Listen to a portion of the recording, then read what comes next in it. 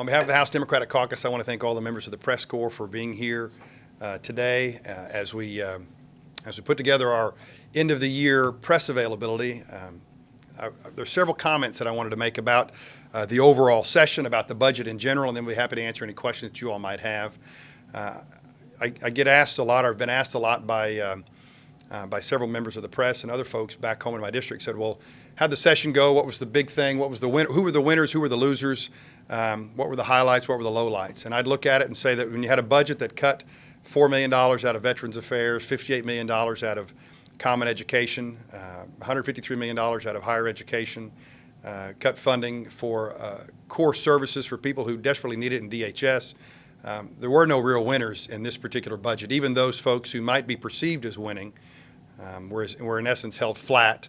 I'd say that probably the biggest winners was the legislature themselves, because in a move that makes virtually no sense to me, the Legislative Services Bureau got an enormous increase, more than an increase that was much larger than just transferring salaries from the House and the Senate to their budget, for the legislature to give themselves, or give their one of their agencies, the LSB, to give them more money at a time in which they're cutting funding for children is just unconscionable. And so I guess they would be probably the only winners out of it. What was the best thing that came out of the session from our perspective was the fact that for the last 6 or 8 years you've had a group of legislative leaders who believe that you could cut your way to prosperity. They thought the more we gave away in tax cuts to the tune of $1 billion, the more tax credits and exemptions to the tune of $2 billion you gave away, the more tax credits you gave to the oil and gas industry, well, then the better the state would be. And in the process, for the last 10 years, as we've given away $1 billion in income taxes, $2 billion in tax credits and exemptions, $400 million in oil and gas credits, in that process, you've seen us cut education, health care, public safety, and transportation. And so the highlight of this session was the fact that finally, the governor and our legislative leaders came to the table and admitted failure. They admitted that what they had been saying for the last 6 or 8 years, that you can cut your way to prosperity, really isn't true. And they came to the table and said, we truly do have a revenue problem, and we will find a way to increase those revenues. So in that sense, the greatest thing that came out of this session was the fact that the majority party came to the realization that the rest of Oklahoma had already come to, and that is you can't cut your way to prosperity, and if you want good schools, good roads, good hospitals, and good public safety, then you got to be willing to pay for it. The downside, though, is how they chose to pay for it was all wrong. They didn't look and say, well, we cut $1 billion worth of income taxes, let's roll those back, or $2 billion worth of tax credits, let's roll most of those back. We gave $400 million to the oil and gas industry, let's roll that back. No, instead, when they came to the realization that they needed more revenue and that you can't keep cutting your way to prosperity, they chose instead to raise taxes on working families. By eliminating the earned income tax credit, by eliminating the double deduction, which anyone who owns a home and pays a mortgage on it, a lot of those working families do, by rolling those back and raising taxes on working families, the legislature made a big mistake. Because you've got a budget that cuts funding for their kids in their public schools and then turns around and takes money out of their pockets that they could use to spend on groceries. And so it was a very big disappointment to see that when they finally came to that realization that we needed more revenues, their ways of achieving those revenues were all wrong, in our opinion. A couple of other lowlights of the session was that you look at the fact that the legislature couldn't get out of their own way on things like stopping the second income tax trigger. They admitted they needed new revenue. Several people behind closed doors would admit that the income tax cuts were fiscally irresponsible, but yet we still have a trigger on the books that's set to go take us from a 5% income tax down to a 4.85 in the next year or so. And the legislature had an opportunity in a bipartisan way to halt that trigger and say, no, we're not going to continue to cut taxes at a time in which we're cutting budgets for education and health care. But even though the bill was making its way through the process, when it finally came down to it on the last week of session, the bill never saw the light of day. And so, unfortunately, the people of Oklahoma are staring down the barrel of another tax cut trigger, which will only further push us into a hole should it take effect in the next year or so. And another thing that people back home in my district are particularly concerned about, I've got a group of folks who sing at a choir at the local Methodist church in Del City who approached me last year and said, this driver's license situation is a big deal. We're hoping that we don't have to go out and buy a brand new passport in order to be able to get on a plane to fly to New York City. They're going to Rockefeller Center to sing. And I said, oh, don't worry about it. We will take care of this. I've spoken with the governor's office, and she agrees with us. We're going to fix this problem. We're going to do it in a bipartisan way. We're going to fix this problem. And I was confident when I looked them in the eyes and told them that we would fix it, that we would. But unfortunately, because you have a group of far-right legislators who are scared of their shadow, I guess, instead of doing what's right for their constituents. That legislation didn't see the light of day, and so now you have our citizens in danger in the next year or two of not being able to get on an airplane to fly to see their grandkids, not because they don't want to, it's because the legislature and some of their elected officials refuse to do the right thing and fix our ID laws. For the record, our caucus never opposed Medicaid rebalancing. We opposed the idea of kicking 175,000 pregnant women and children off of S-chip, which was a small component of the rebalancing program, but we always supported expanding Insure Oklahoma, and we were willing to do it with the tobacco tax if that's what the governor wanted. We didn't like that idea. We thought you could fund it in another way, but when it looked like the governor's only option was to go that route, when the Speaker of the House and the Senate President Pro Tem both said that they supported expanding Insure Oklahoma, we thought, well, that's our safest bet. And so we just asked them to stand by their own words. They chose not to do that.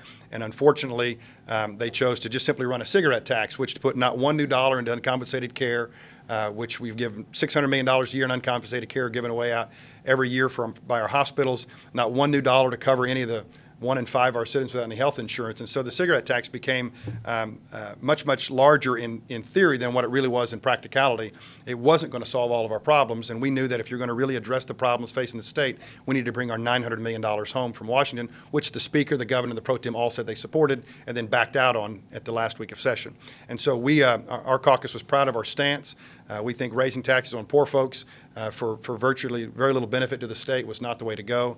And if the Governor and the Speaker and the Pro Tem next year, Speaker McCall and Pro Tem Schultz and the Governor want to address the cigarette tax issue with an Insure Oklahoma expansion discussion, then we'll have that discussion with them again next year. From our perspective, several of the things that were big. We continue to move the ball down the field when it comes to criminal justice reform. We worked with Representative Peterson and others. Those bills would not have passed without Democratic support. We held the line on some things like they tried to go back to this workers' compensation opt-out deal, and we sort of held the line there, and we tried desperately to beat back the Earned Income Tax Credit elimination. And I think that sometimes when you look at it and say, well, the EITC was eliminated, and therefore that must be a loss for Democrats. We don't view it that way. I think that thousands of Oklahomans around the state read in the newspapers, your newspaper, saw it on TV, in the local news stations, that the Republican majority decided to balance the budget by eliminating $29 million from working poor families. By highlighting that and fighting as hard as we did, we get a victory out of that, because we've been saying for years that the folks in charge do not want to fix the mistakes that they've made, and when they balance their budget, they balance it on the backs of poor folks. We were frustrated with the whole discussion around the cigarette tax. That I think the Speaker came out and said, if we don't do the cigarette tax, there is no plan B. Nursing homes are going to close, hospitals are going to have huge rate cuts.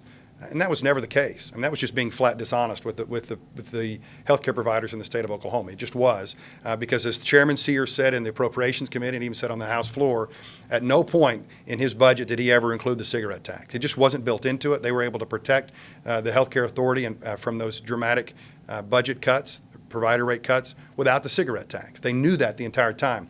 What was discovered, or what was at least laid out in front of the voters of Oklahoma on the House floor, was that there was a shell game going on. They were scaring people to try to get folks to raise the cigarette tax, but not for the healthcare authority, but for some other pet project. Because we were told on the House floor, well, if we'd have raised the cigarette tax, we wouldn't have cut this budget, or wouldn't have cut that budget. And so what we found out was not only were they being dishonest when it came to provider rate cuts, but they were also being dishonest as to where they wanted to spend the cigarette tax money. They weren't going to spend it on the healthcare authority. That money was already there. They were going to spend it on someplace else, which I think if the majority of the Republican members in the House knew that, they wouldn't have gotten the 40 votes that they did get when it finally went up for a vote. The teachers of Oklahoma are smarter than the majority party gives them credit for. I mean, they rolled out at the beginning of this session back in February and said, oh, we're going to do a teacher pay raise, and 15, 20 different members filed different versions of teacher pay raises. And when I called them out on it and said, you have a $1.3 billion budget hole, there's no way in the world you're going to find a way to give teachers a pay raise, let alone protect education from getting cuts, which they did, and they got a $58 million cut and no teacher pay raise.